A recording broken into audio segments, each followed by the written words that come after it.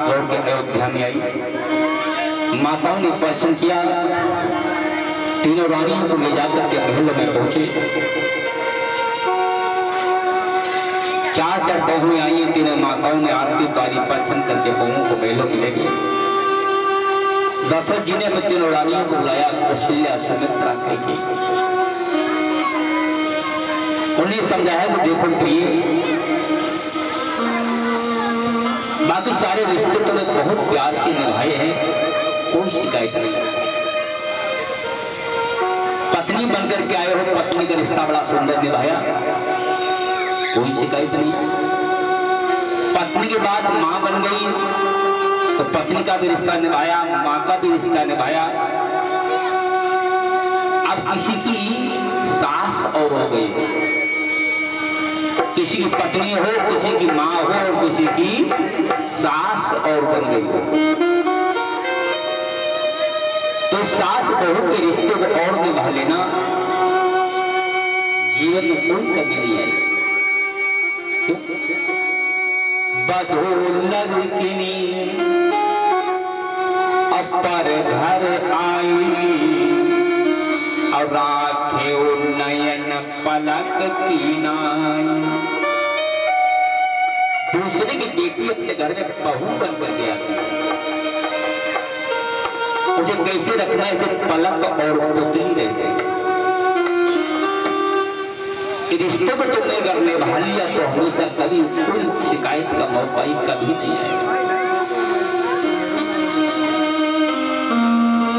माताओं ने ऐसा ही किया। जियत मोर जुम जुग बत भयऊ, और दीप बात नहीं तारन कयऊ। कभी अयोध्या में सास बहू का झगड़ा नहीं हुआ। तीन तीन सासू हैं, चार चार बहू हैं। एक बहू नहीं है, कै बहू हैं? चार। अब सास गए हैं तीन। कभी झगड़ा नहीं हुआ अयोध्या में सास बहू का। अब आज एक बहू एक सास, दमा चौकड़ी पड़ी जाती। क्यों? तो दोनों में गुंजाइश तो है ही नहीं, इसलिए सास बहू का झगड़ा है। सास कहती कि हम तो सास हो, तो बहू का ठीक तुम सास हो, बहू है आए बहू, कोई गुंजाइश ही नहीं है। अरे रिश्ता तो थोड़ा सा परिवर्तन कर लो ना, रहना साथ ही है तो कई को झगड़ा होता ही है। सास कहे मैं मां हूं और बहू कहे मैं बेटी हूं, बहू बेटी के तरीके से रहने लगे और सास महतारी के तरीके से व्यवहार करने लगे तो घर में हमेशा के लिए सास बहू का झगड़ा खत्म हो जाएगा। लेकिन ऐसा बड़ा मुश्किल है, कहे हम तो सास हैं तो कहते हम तो बहू नहीं बेटो। थोड़ा सा परिवर्तन कर लो, सास मां हो जाए, बहू बेटी हो जाए, घर में कभी झगड़े करने मन नहीं है। आप देखिए गलती एक तरफ नहीं होती है, तो सारी गलती सास की ही है क्या? सारी गलती बहू की ही है। थोड़ी सास की भी गलती है, थोड़ी बहू की भी गलती है, और दोनों गलतियों को सुधार में ले आए तो झगड़ा जो हो गई ना। सास तो भाई तो सास अगर कोई मजाक है, बहू ने नेको गलती कर दी अगर साथ में समझो, घर उठाए खोपड़ी चल लो, चले बेचारी कुटवाए नहीं लेती तौलेरी के दिल को ठंडक नहीं पड़ती।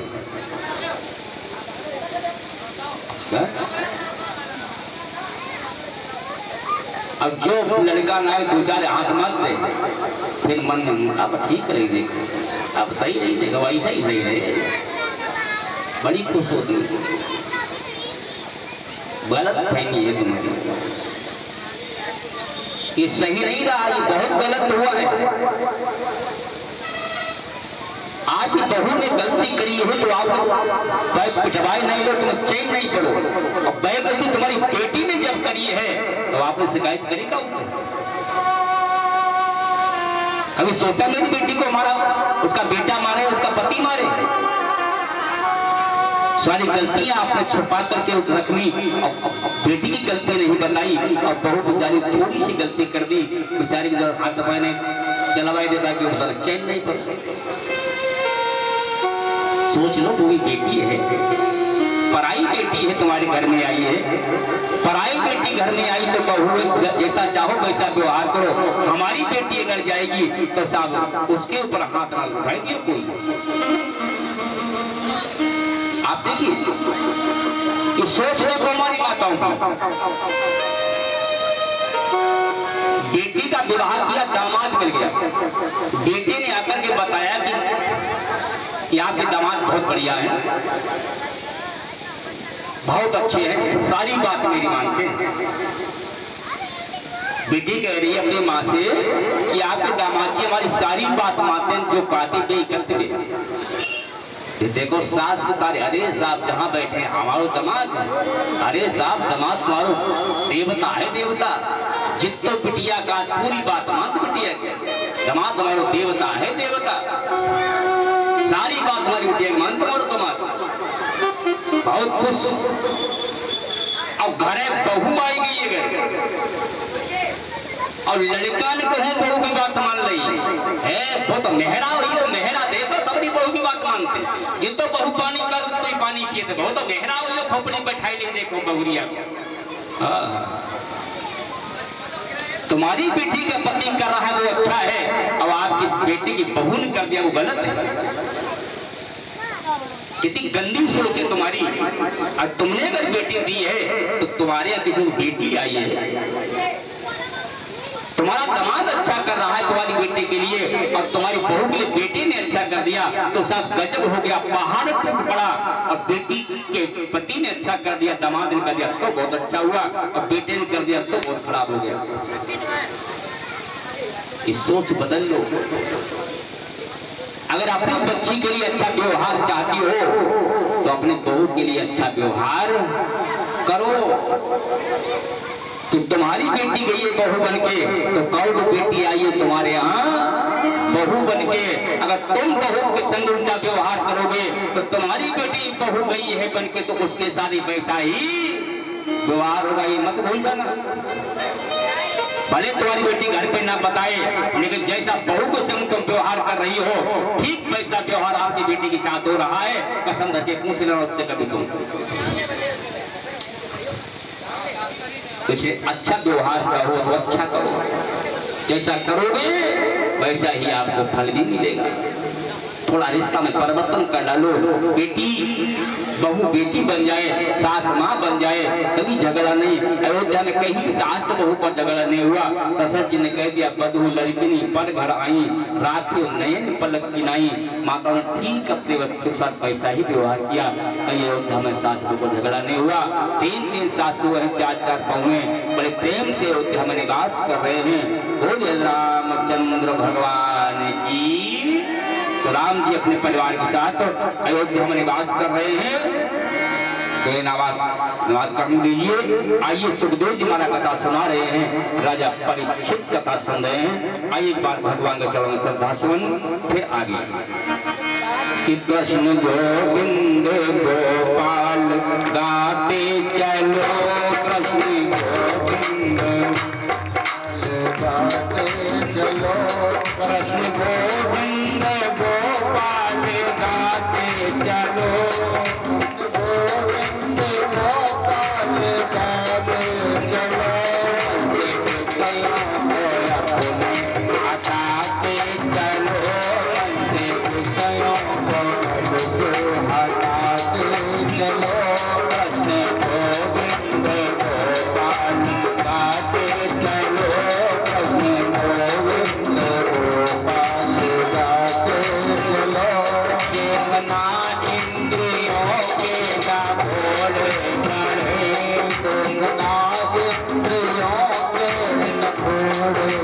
इसमें हरदम संयम के कोड़े पड़े, हरदम संयम के कोड़े पड़े।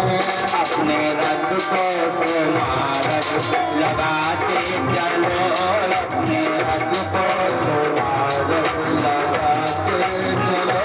कृष्ण गोविंद गोपाल गाते चलो, कृष्ण गोविंद गोपाल गाते चलो। वृंदावन बिहारी लाल की कथितो वंश विस्तारो, भरता सोम सूर्यो राज्ञां चोदह वंशानां अचरितं परमाद्भुतं। यदोश्च धर्मशीलस्य नितरां मुनिसत्तमा, तत्रांशेनावतीर्णस्य विष्णु वीर्याणि संसना।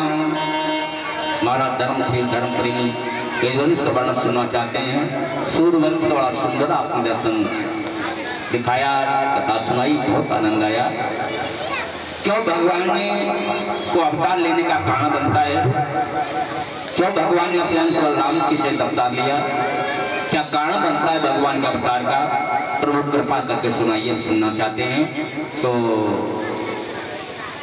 सुखदेव जी कहते हैं कि राजन, यदा यदा हि धर्मस्य ग्लानिर्भवत भारत, अभ्युत्थानम् अधर्मस्य तदात्मानं सृजाम्यहम्। जब अधर्म बढ़ता है, अधर्म का नाश करने के लिए और धर्म की स्थापना करने के लिए भगवान का अवतार होता है। तो बोले का भगवान के अवतार में भी किसी का धर्म बढ़ा था? बोले हाँ। मथुरा में गुरुसेन जी महाराज का राज्य था, सब बढ़िया चल रहा था, लेकिन कोई संतान नहीं थी। एक दिन पत्नी पवन रेखा पति की आज्ञा लेकर के सखियों के साथ घूमते जंगल में पहुंच गई। उसी जंगल में द्रोमलिक नामक दैत्य रहता था। पवन रेखा बहुत सुंदर थी। द्रोमलिक ने पवन रेखा को उस समय देखा, इसका मन विचलित हो गया। इसने ऐसी काम कृषाण बड़ावन हारी हवाएं चलाई कि पवन रेखा ने सखियों का साथ छोड़ दिया, अकेली जंगल में घूमने लगी। द्रोमलिक नामक दैत्य ने उग्रसेन जी महाराज का स्वरूप बनाया और पवन रेखा का सतीत्व नष्ट कर दिया। फिर अपने असली रूप में जिसमें आया, पवन रेखा ने कहा, पापी चांडाली तूने क्या किया? द्रोमलिक का प्रिय, अगर अपकार तेरे साथ हमने किया है तो एक बहुत बड़ा उपकार किया है। तेरे घर में कोई संतान नहीं, तो मेरे संपर्क द्वारा तेरे वीर पुत्र पैदा होगा। साधारण मनुष्य की तो बात दूर है, उसे देवता भी नहीं जीत पाएंगे। उसे मुक्ति देने के लिए साक्षात ब्रह्म को अवतार लेकर के आना पड़ेगा। ऐसा कह करके द्रोमलिक नामक दैत्य चला गया। पवनरेखा घर पर आई। समय आने पर पवनरेखा गर्भ से बालक ने जन्म लिया। जिसमें दुष्ट पैदा होते हैं तो प्रकृति भी दुष्टता का ही परिचय देती है। जिसमें उस बालक का जन्म हुआ, चट्टानें टूटने लगी, आंधी आने लगी, बिजली चमकने लगी, पानी बरसने लगा, बड़ा भयंकर दृश्य पैदा हो गया। नामकरण संस्कार हुआ तो बालक का नाम रखा गया कंस। अब कंस जो जो बड़ा हो रहा है तो अत्याचार पे अत्याचार बढ़ रहा है। पिताजी ने समझाया, बेटा उपद्र बच्चा नहीं होता। जासुराज प्रिय प्रजा दुखारी और सोनरप अबस नरक अधिकारी। राजा की राजा प्रजा दुखी होती है, वो राजा नरक का अधिकारी होता है। तो प्रजा को दुखी मत करो।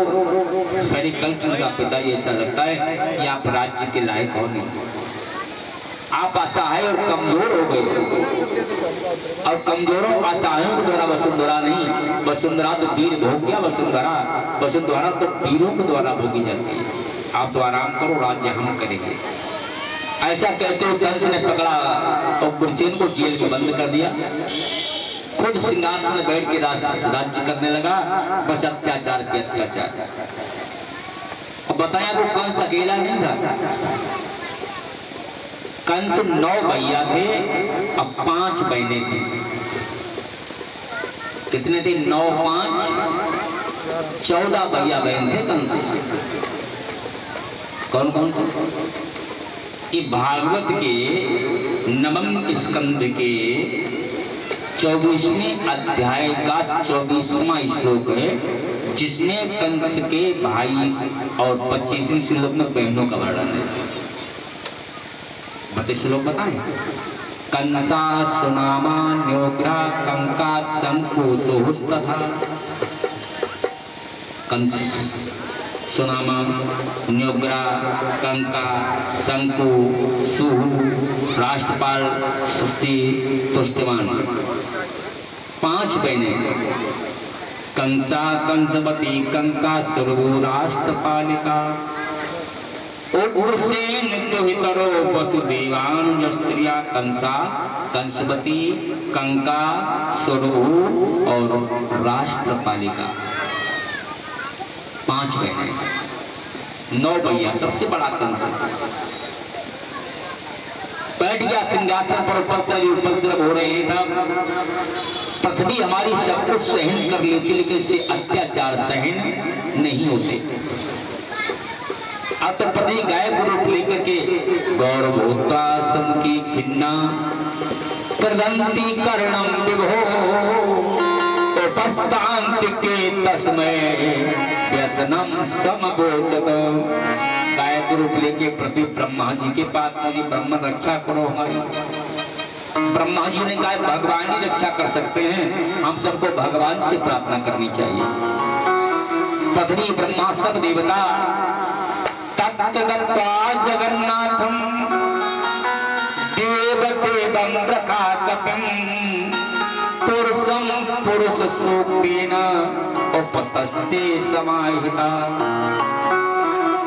सारे देवता पृथ्वी मिलकर के भगवान से प्रार्थना करे, प्रभु त्रायमाम, भगवंत त्रायमाम, भगवंत त्रायमाम।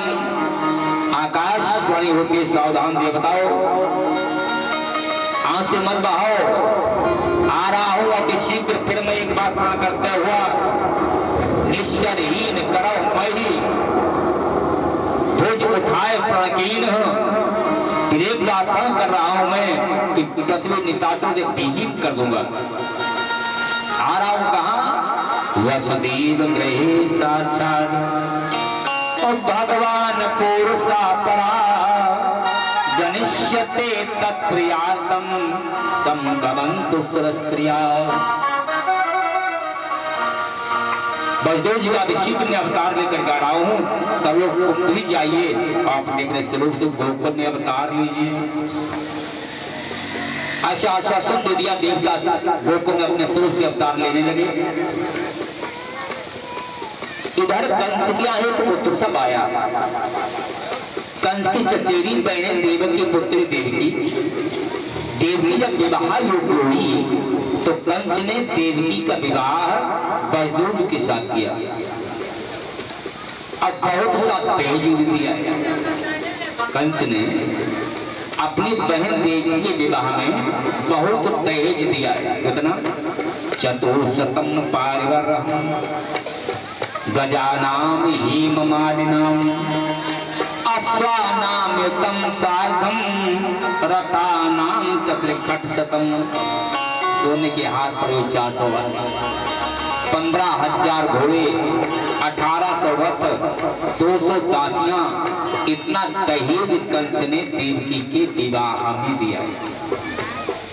मांगा नहीं गया, कंस ने अपनी इच्छा अनुसार दहेज दिया। देखो दहेज पहले भी दिया जाता था और दहेज आजकल भी दिया जाता है, लेकिन पहले के दहेज में और आज के दहेज में थोड़ा सा अंतर है, थोड़ा सा अंतर। पहले लड़की वाला अपनी इच्छा के अनुसार लड़के वाले को दहेज दिया करता था और आज लड़के वाला अपनी इच्छा के अनुसार लड़की वाले से दहेज दहेज लिया करता है। बस इतना अंतर है। पहले लड़के वाला इच्छा अनुसार दहेज देता था और आज लड़के वाला इच्छा अनुसार दहेज लेता है। आज का दहेज का जबरदस्ती दिन दहाड़े ढोल बजाए कि डकैती डालती लड़के वाले के ऊपर।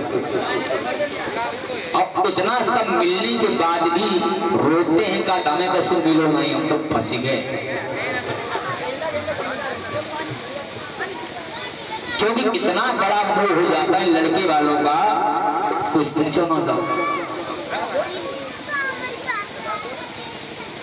ऐसा दहेज का हिसाब चल रहा है कि सरकार को भी हस्तक्षेप करना पड़ा, सरकार को दहेज एक्ट कानून बनाना पड़ा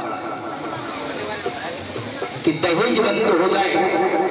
तो दहेज के चक्कर में बेटियां पैदा होनी बंद हो गई, गर्भ में ही मार दी जाती, लेना देना बंद नहीं। भाई सरकार चाहे दहेज थोड़ी बंद करवा सकती, जब तक हम लोग नहीं चाहिए। दहेज बंद कब होगा? जब हम दहेज लेना बंद करेंगे तभी दहेज देना बंद होगा, और जब तक दहेज हम लेना बंद नहीं करेंगे तब तक दहेज देना बंद नहीं होगा। दहेज के लोग बदनाम करें, बदनाम। दहेज के मानने वालों का है, दहेज का अर्थ का है,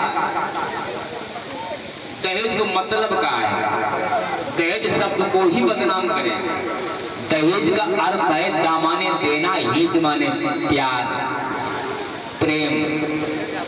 लोग कहते हैं बड़ो हेज दिखाए रहे, कि प्रेम से दिया जाए, प्यार से दिया जाए, स्वेच्छा से दिया जाए, उसे हम दहेज कहते हैं। न कि जबरदस्ती सब डकैती डाली जाए और उसके बाद कहो कि हमें दहेज मिला है। कंस ने अपनी स्वेच्छा से अपना सारा दहेज दिया। अब विवाह के बाद सोचता है अपनी बहन को खुद ही हम ससुराल छोड़ने के लिए जाएंगे। सुंदर रथ तैयार किया, बिठाया देवकी को लेकर के हमारा चल दिए। एक जंगल से गुजर रहा था, रथ की आकाशवाणी हुई, अरे कंस जिस देवकी के विवाह की जी खुशियों को ससुराल छोड़ने के लिए जा रहा है, इसका अस्ताष्टमो गर्भो अवहंतायाम बाहसे खुदा। इसका 8वां बालक तुम्हारा काल होगा, इसी 8वें लाल द्वारा तो मारा जाएगा। जो कहा कि 8वां लाल काल होगा। अरे साहब कंस मारे क्रोध किया, कबूला, विचार कर रहे बहन के जीवन की खुशहाली के लिए, इसकी ससुराल छोड़ने के लिए हम जा रहे हैं, किसी बहन का लाल हमारा काल होगा। नहीं नहीं, मैं बहन को ही नहीं रखूंगा, देखें कैसे हमारा काल पैदा हो जाए।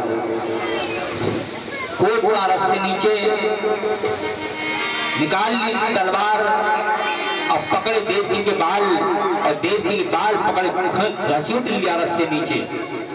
एक टिक्का सा खला पापो भोजा नाम कुल पांसना भगनी महंत मारथा खड़ग पाणी कचे ग्रहित। निकाली जान तलवार, बाल पकड़ी मारना चाहा। बजदेव ने कहा कुछ तो मार डालेगा। बजदेव बोला क्या कर रहा है कंस? श्लाघनीय बुरा सुग्रैर भगवान भोज्यस्करा साकथम भगनीय हन्यात स्त्रियाः मुक्ताः पर्विणी। एक होनहार वीर, इसके वीरता की बड़े बड़े वीर सराहना करते हैं, वो अबला बहन को मारना चाहता है। अरे कंस ने कहा वसुदेव, जो आकाशवाणी हुई थी वो शब्द क्या तुमने नहीं सुने?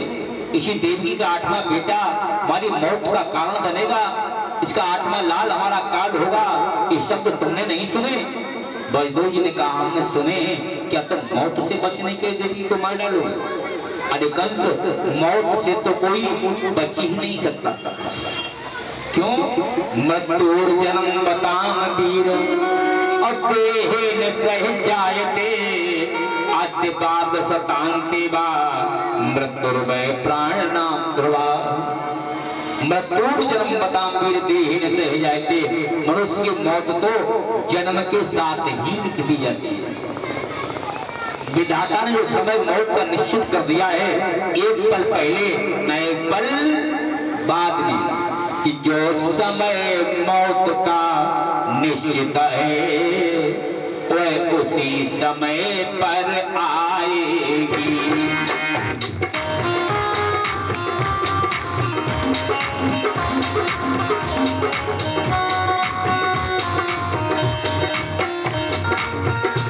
जो समय मौत का निश्चित है वह उसी समय पर आएगी।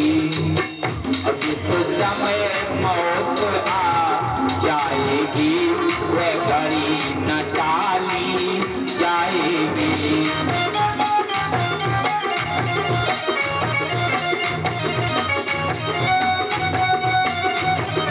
जिस समय मौत आ जाएगी वह घड़ी न टाली जाएगी।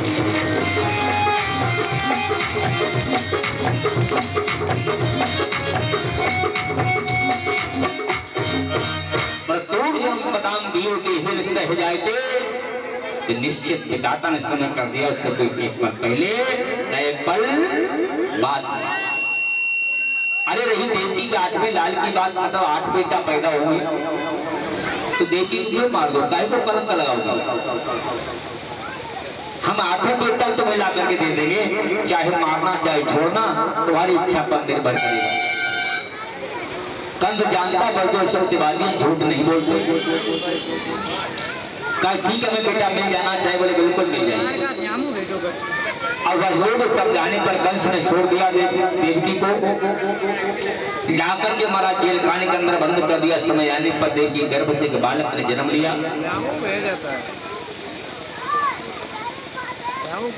मजदूर का लाओ प्रिय दुनिया छोड़ने को आज के मुंह में झोंसा दो।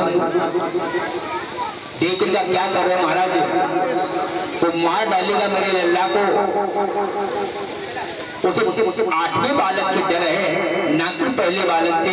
तुम 8वां दे देना, इसे मत ले जाओ। वजदूद का नहीं प्रिय, हमने उसे वचन दिया है, लेकर के जाना पड़ेगा।